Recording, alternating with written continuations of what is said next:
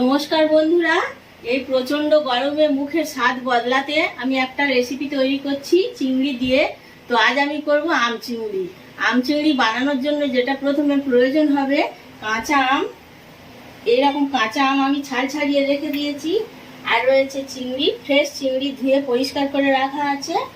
আর লাগবে কুচনো পেঁয়াজ, আদা বাটা, হলুদ গুঁড়ো, রসুন বাটা, ধনে জিরের গুঁড়ো, নুন আর লঙ্কা গুঁড়ো। তো এগুলোই লাগবে। তো প্রথমে যেটা করতে হবে, চিংড়িগুলো আমি ম্যারিনেট করে নেব। প্রথমে চিংড়িগুলো একটা বাটির মধ্যে নিয়ে নিলাম। এর মধ্যে দিয়ে দিচ্ছি কুচনো পেঁয়াজ, আদা বাটা, একটু হলুদ গুঁড়ো, রসুন বাটা, ধনে জিরের গুঁড়ো, নুন পরিমাণ মতো আর লঙ্কার গুঁড়ো। আর দিয়ে দেবো এতে সর্ষের তেল।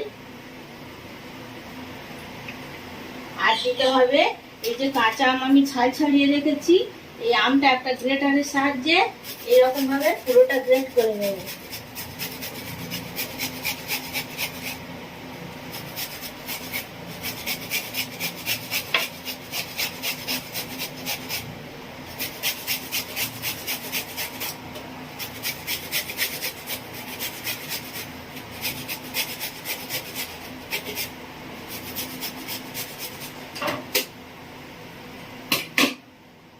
চিংড়িটা আমি মাখিয়ে রাখছি আম দিয়ে আর সমস্ত মশলা দিয়ে। চিংড়িটা প্রথমে আমি মাখিয়ে নিলাম, এটা এবারে কিছুক্ষণ থাকবে। আর এই সময় আমি যে মশলাটা তৈরি করব সেটা হচ্ছে একটু পোস্ত আছে, চার মগজ আর কয়েকটা কাঁচা লঙ্কা। এটা আমি বেটে তারপরে রান্নায় আসছি। মশলা মাখানো চিংড়িটা প্রায় 10 মিনিট মতো হয়ে গেছে। তো ইতিমধ্যে আমি মশলাটাও বেটে নিয়েছি, পোস্ত, চার মগজ আর কাঁচা লঙ্কা দিয়ে মশলাটাও বেটে নিয়েছি। এবার আমি রান্নাটা বসাবো। তো আমি উনুন জেলে কড়াইটা বসিয়ে দিয়েছি। কড়াইতে দিয়ে দিচ্ছি সর্ষের তেল। তেলের ওপর থেকে দিয়ে দিচ্ছি আমি দুটো তেজপাতা, একটুখানি জিরে আর গোটা গরম মশলা ফোড়নে দিয়ে দিচ্ছি।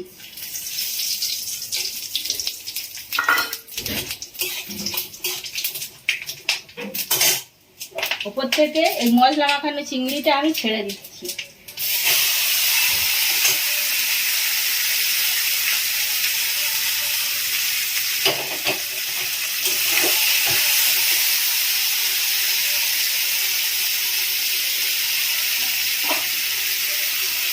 এবারে চিংড়িটাকে আমি বেশ খানিকক্ষণ কষিয়ে নেব। চিংড়ি মাছটা বেশ ভালোভাবে কষানো হয়ে গেছে। এবার এর মধ্যে দিয়ে দিচ্ছি একটু চিনি আর দিয়ে দিচ্ছি পরিমাণ মতো নুন। আর পোস্ত আর চার মগজ দিয়ে যেটা বেটে রেখেছিলাম ওই মশলাটাও দিয়ে দিচ্ছি।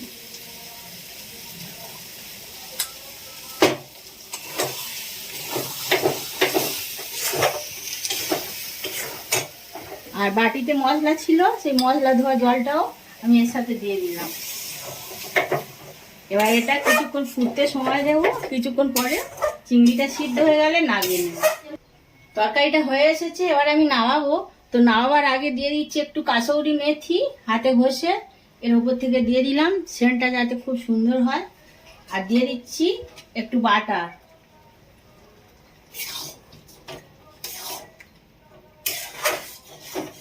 তৈরি হয়ে গেল অসাধারণ স্বাদের একটা রেসিপি, আম চিংড়ি। এবার আমি পরিবেশন করে দেখাবো। তো বন্ধুরা, প্রচণ্ড গরমে মুখের স্বাদ বদলাতে একটা অসাধারণ ভিন্ন স্বাদের রেসিপি আপনাদের সাথে শেয়ার করলাম। ভালো লাগলে অবশ্যই লাইক করবেন। আর আমি 500 গ্রাম চিংড়ির জন্য একটা গোটা আম দিয়ে দিয়েছি, কিন্তু আপনারা হয়তো ভাবতে পারবেন খুব টক হবে। একেবারেই না, উপরন্তু কাঁচা আমের স্বাদ গন্ধ পুরোটাই বজায় থাকবে। আর খেতে তো অসাধারণই হয়, একবার না টেস্ট করলে বুঝতে পারবেন না।